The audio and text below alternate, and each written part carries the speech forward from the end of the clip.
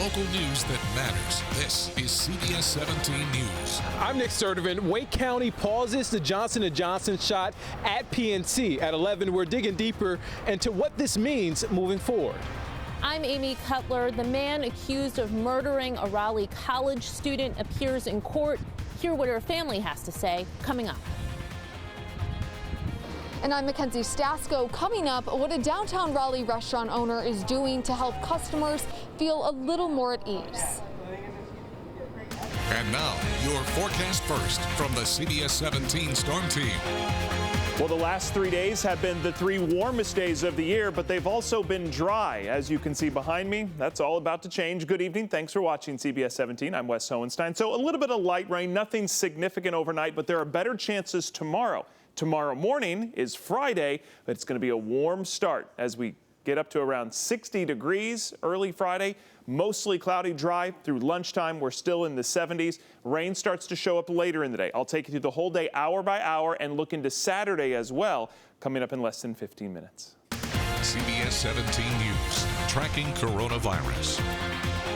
Vaccine clinics shut down in 2 states because of people experiencing serious side effects. Thanks for joining us. I'm Angela Taylor. And I'm Rod Carter. In Denver and right here in Raleigh, 2 clinics paused their vaccine service because of side effects from the Johnson & Johnson vaccine. In Denver, 2 people went to the hospital. Here, 4 people were taken to the emergency room. Now at 11, CBS 17's Nick Sturdivant live at PNC Arena, where Wake County had to stop giving out the Johnson & Johnson vaccine today.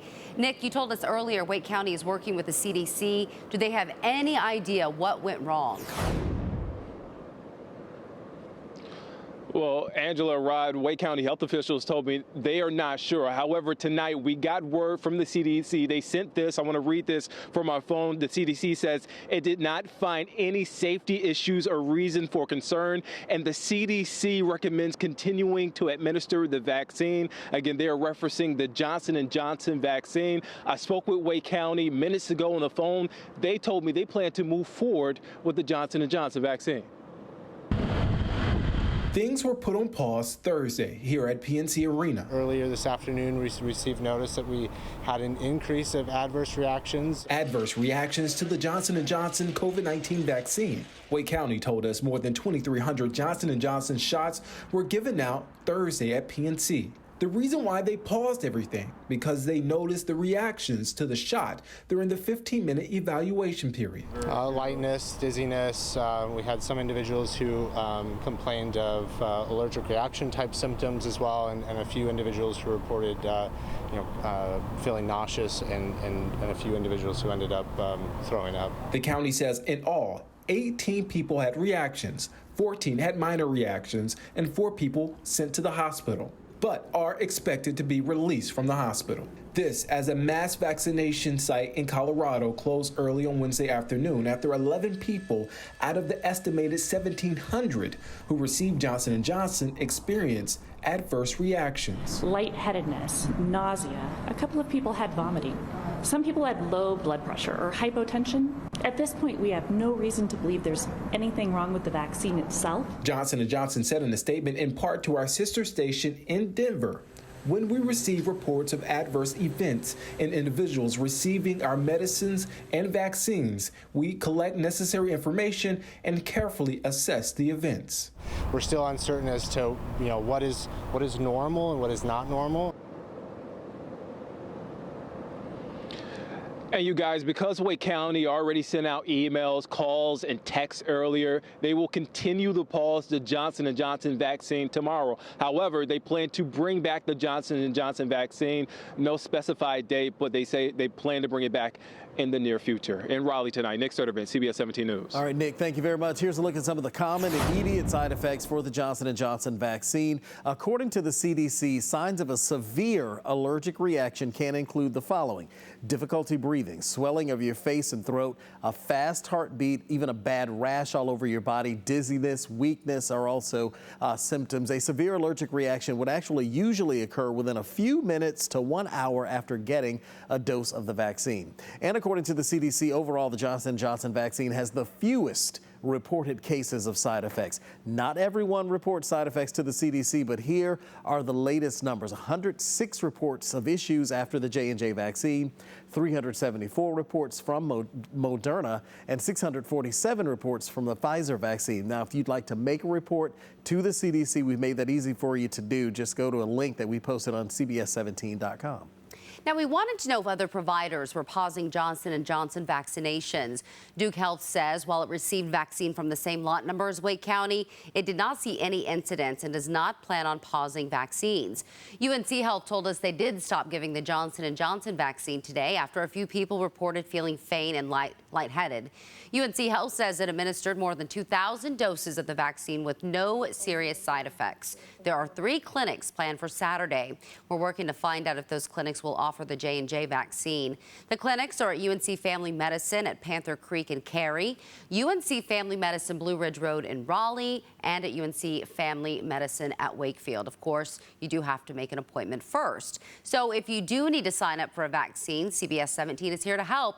Use your phone to scan this QR code. It will take you to the updated local list on CBS17.com. At last count, there were more than 60 locations listed. Now, if you didn't have time to grab your phone, we'll show you this again before we head to commercial break. And although we are seeing more and more people get vaccinated, we're still seeing a lot of people who are actually getting sick. The number of new cases today is the highest number we've seen in the past 2 weeks. 2,087 new cases. But there is also good news that we have to tell you about. The percent positive rate dropped for the first time in a week to 5.1%. And tonight, 39.5% of all adults in North Carolina are at least partially vaccinated, which is great news. Local restaurants are doing their part to build confidence in the vaccine, and they're hoping, of course, to bring back a lot of the customers that have been gone for a while. You may see some shirts and signs reading "Vaccine equals victory" when you visit some of your favorite restaurants in Raleigh. CBS 17's Mackenzie Stasco is live tonight. And Mackenzie, you talked to one business owner that really wants everyone to know that his staff is vaccinated. Yeah, he really does. And you can actually see one of those signs behind me here at the Raleigh Times that say "Vaccine equals victory." The owner here tells me he hopes publicizing that his staff has been vaccinated will help people feel a little safer when going out to eat. At this restaurant, we're at 91% vaccinated. Staff at the Raleigh Times are now wearing these shirts to show customers they've taken the COVID-19 vaccine. I noticed the shirts immediately. I thought that was really cool. Greg Hayden owns the Raleigh Times and 7 other restaurants around the area. When his staff couldn't find appointments, he partnered with a local pharmacy to bring voluntary mass vaccine clinics to them. I feel really good, like, being stressed out before, coming to work, to now, like, I feel that we can all start taking a step towards, in the right direction. It's a step Hayden believes is worth sharing with the public, and one he hopes will help customers feel a little better about dining out. Will it bring in more people? I think so. More importantly, they'll be more comfortable when they're here. Megan Reese is a loyal Raleigh Times customer and tells me she loves the idea. It's fantastic. I think it makes everybody feel safer. I know the staff feels safer, which makes them feel more positive about the roles that they're doing. Yeah, we'll certainly be promoting it in all of our restaurants that we've been vaccinated, and we would encourage everyone else to as well.